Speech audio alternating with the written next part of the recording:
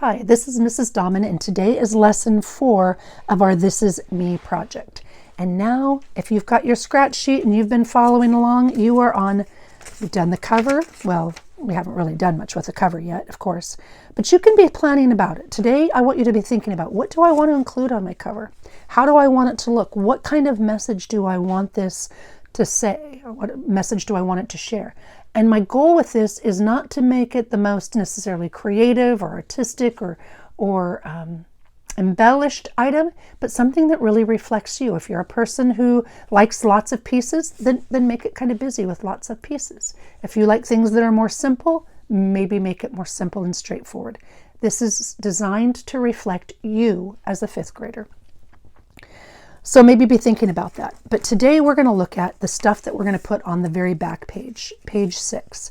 And this is kind of a fun one. Now, because I'm older, a lot older than you guys, my timeline is going to be, I could have filled this whole page.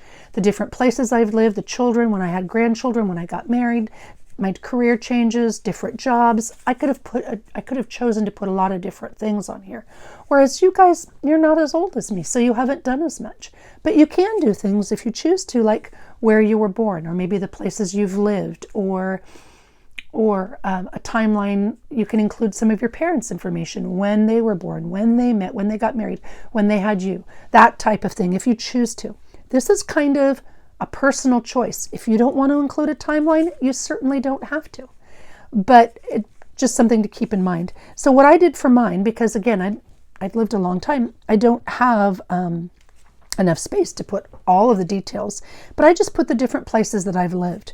So I was born in Morgan Hill, and then I moved to Petaluma, and then after we got married, we moved to Sacramento, and then we moved to Rohnert Park, which is just north of Petaluma, and then we moved from California to Oregon. We lived in Gresham and in Portland, and then we moved up from Portland to Vancouver, Washington, and then I taught and lived in Texas for 3 years, so I included that.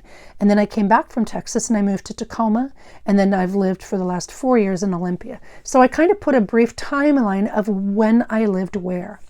And then I know that a lot of you guys love avatars, cartoons, caricatures, drawings, and those kinds of things.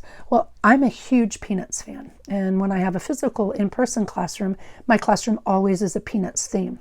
And my class website has Peanuts, and I've got Peanuts characters in here. So what I did is I used my Peanuts avatar. Now, do I look a whole lot like her? No, but it's a Peanuts character, me as a Peanuts character. So that's what I chose. Again, you are welcome to choose anything that you like. You can draw it yourself. You can use a printed image. You can use an avatar you've already made. There's all kinds of YouTube videos on how to draw a caricature or how to make cartoons. You do you. And maybe you want this whole thing to be cartoon, or maybe you want this whole thing to be an avatar. You get to pick. But what I want you to do now is use your scratch paper and decide, what do I want to include on here? What do I want it to look like? So day 4 is figuring out your cover and what you want that to look like, and the last page, all the components.